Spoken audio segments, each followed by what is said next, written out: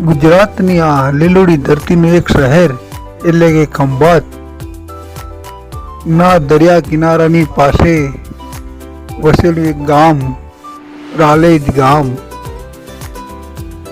જે વહાણવટી 76 માતાના કારણે આજે ખૂબ જ ચર્ચામાં રહેલું ગામ છે. આજથી 900 વર્ષ જૂનું આ મંદિર, જેના આજે પણ પડછા અપરંપાર છે.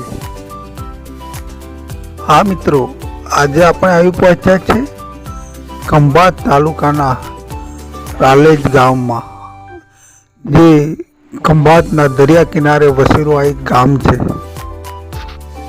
અહીંયા માં 76 નું એક ધામ છે.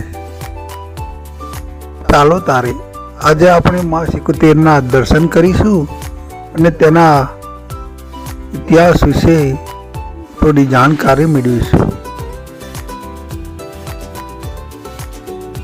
કહેવાય છે કે દરિયાની દેવી 76 તેના દર્શન માત્રથી તમારું જીવન ધન્ય ધન્ય થઈ જાય છે. દરિયાના કિનારા પર બનેલા વહાણવટી 76 માતાના મંદિરે રવિવાર અને મંગળવારે માઈ ભક્તોની ભીડ આજે પણ તમને જોવા મળે છે. અહીંના ઇતિહાસની જો આપણે વાત કરીએ તો આજથી હજારો વર્ષો પહેલાની આ વાત છે. ખંભાતના એક ધનિક શેઠ એટલે કે શેઠ જગડુશા નામ હતું.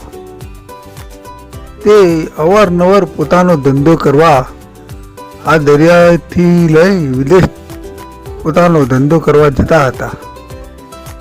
એમાં એકવાર એવું બન્યું કે તેઓ વિદેશથી ખૂબ જ ધન કમાઈ પોતાના વતન તરફ પાછા વળ્યા હતા. ત્યારે મધ્ય દરિયે તોફાનના કારણે તેમની નાવ ડગમગવા લાગે છે. અતિશય તોફાનના કારણે તેમની નાવ મધ્ય દરિયે ઝોલા ખાવા લાગી. ત્યારે શેઠ જગડુશા માં વહાણવટીનું સ્મરણ કરવા લાગે છે. ત્યારે માં વહાણવટી હાજરા હાજર ત્યાં પ્રગટ થઈ અને શેઠ જગડુશાના વહાણને દરિયાના કિનારે લાવે છે. ને શેઠ જગડુશા અને તેમના પરિવારનો જીવ બચી જાય છે.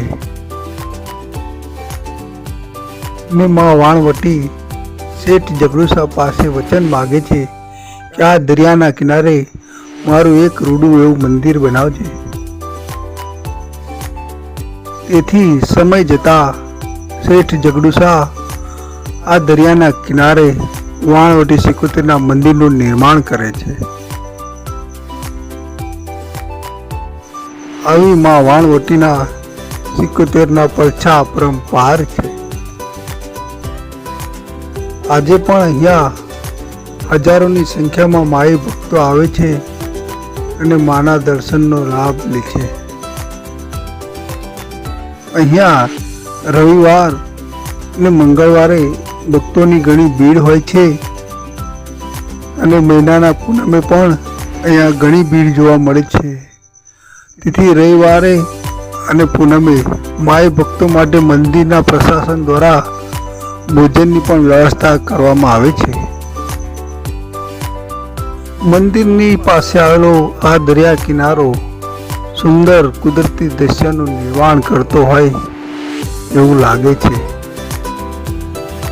જાણે કુદરત સોળે કળાએ અહીંયા ખીલી ઉઠી હોય એવું આનંદિત દ્રશ્ય અહીંયા તમને જોવા મળે છે. અહીંયા તમે જોશો તો મંદિરની સામે એક્ઝેક્ટ એક મહાદેવનું ભવ્ય શિવલિંગનું નિર્માણ કરવામાં આવ્યું છે. તેની અંદર તમે જોઈ શકો છો આપણા ભારત ભૂમિ પર આવેલા જેટલા જ્યોતિર્લિંગ છે તેના તમે અહીંયા દર્શન પણ કરી શકો છો. માં વહાણવટી 76 ના દર્શનની સાથે સાથે તમને અહીંયા 12 જ્યોતિર્લિંગના દર્શનનો પણ લાભ મળે છે. કુદરતના સાનિધ્યમાં આવેલું આ મંદિર જેની મુલાકાત તમે પણ અવશ્ય લેજો, જેના દર્શન માત્રથી તમારા ધાર્યા કામ પાર પડી જાય। જો તમને મારો આ વિડીયો ગમ્યો હોય તો લાઈક કરજો, સબસ્ક્રાઈબ કરજો, કમેન્ટ કરજો અને કોમેન્ટમાં અમને જણાવજો। જો તમારા આજુબાજુ પણ આવું કોઈ ગામ હોય, મંદિર હોય તો અમે ત્યાંની પણ એક મુલાકાત અવશ્ય લઈશું। જય માતાજી।